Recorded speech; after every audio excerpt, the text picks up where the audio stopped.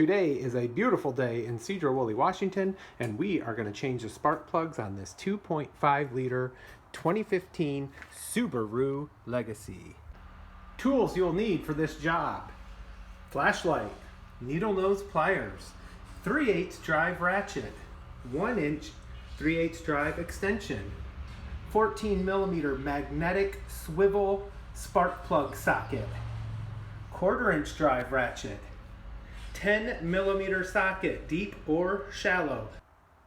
All right, we got the hood popped. First step is to remove the air box tube here. So this is going to take an 8mm right here. You loosen that up. We'll unplug this right here. And then we'll undo these and remove this air box.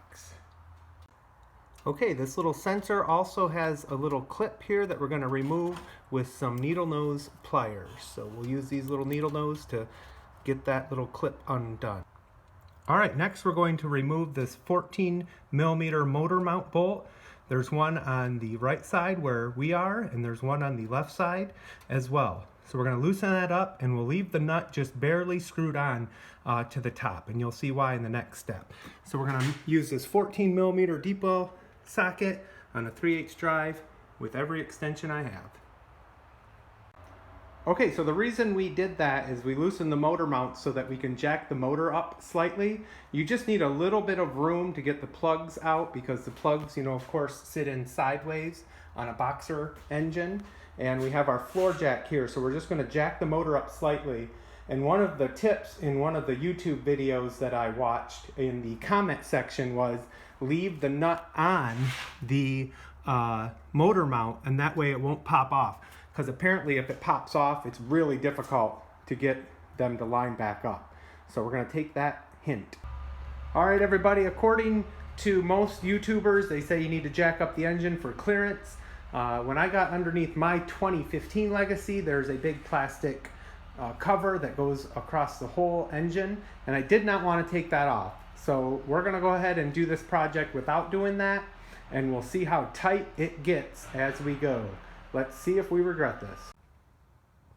Okay, so there's a 10mm that goes right in there that holds the coil pack in. So you just take that out and you pop out the coil pack, and no oil. So you want to look for oil on these as well. So no oil. Now we should be able to access the spark plug back in that hole right there. Okay, plug one out. This car has 64,000 miles. They're recommended to come out at 60. So you can see, it's kind of hard to see, but yeah. It looks older, but not too bad. And this is a nice little socket that I bought here. It's a 14mm magnetic. So you can do that. And the plug doesn't fall out, with a little swivel on the end. So I'll put the link in the description. And then I have a little tiny, like 1-inch extension that was just perfect for this job. Look at how pretty and new these new plugs are. No need to pre-gap these plugs. These are gapped from the factory. Plug 2 also not looking great, so this is definitely due. All right, you can see my extension just barely sitting out there, and you have this plate right here from the battery box and then the frame. So it's much, much tighter on the driver's side, and getting out the coil packs were also very difficult. But we do have the socket on there, and we're still moving along, so let's get the ratchet on there and get that plug out. All right, so you can see how tight it is here on the driver's side. My goodness, is it tight. Let me see if this socket will stay. So you can see there is like hardly any room here. So I would definitely suggest taking that plate off the bottom and jacking this up. The left side took me about 10 minutes to change, and the right side took about 45 minutes because it was really slow going. I dropped a couple tools down in the pan, so then I had to go retrieve them.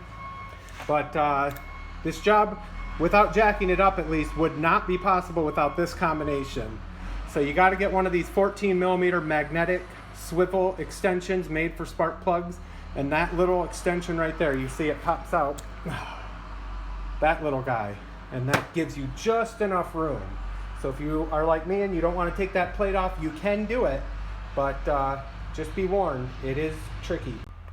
Alright, you can see all the ugly plugs are out. It's replaced with pretty new ones. And happy that I did this because these did not look fantastic. So now the moment of truth. Let's start her up and see if she sounds any different.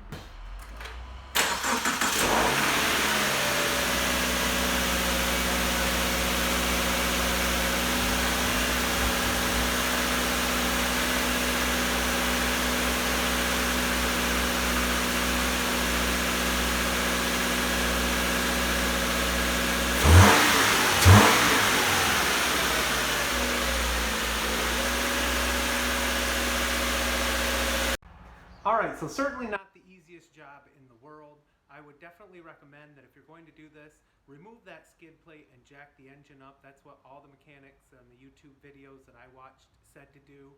You can do it without doing that. It just made it really tricky and was hard on the knuckles. So you might want to just take that extra step. It's kind of a pain to take that plate off, but probably worth it. I called the dealer before I started this project to see what it would cost to have this job done at the dealer. And it was $465. So, wow. You can buy the spark plugs, which I'll put a link in the description, from Amazon for around $60. That socket that I swear by was only $8. So you can have about $75 into this project and save yourself close to $400. You could buy all the tools and still be way ahead. Now, of course, you could find a little local mechanic that would probably do it for a few $100s.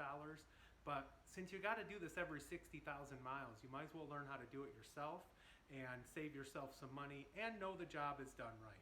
So I hope you enjoyed the video. Certainly check out the links that I'll put in the description of other videos that I watched, as well as the Amazon links you can use to purchase the spark plugs and that socket. Thanks for watching. Have a great day. And of course, for a job well done, you earn yourself a little treat. So don't forget to reward yourself.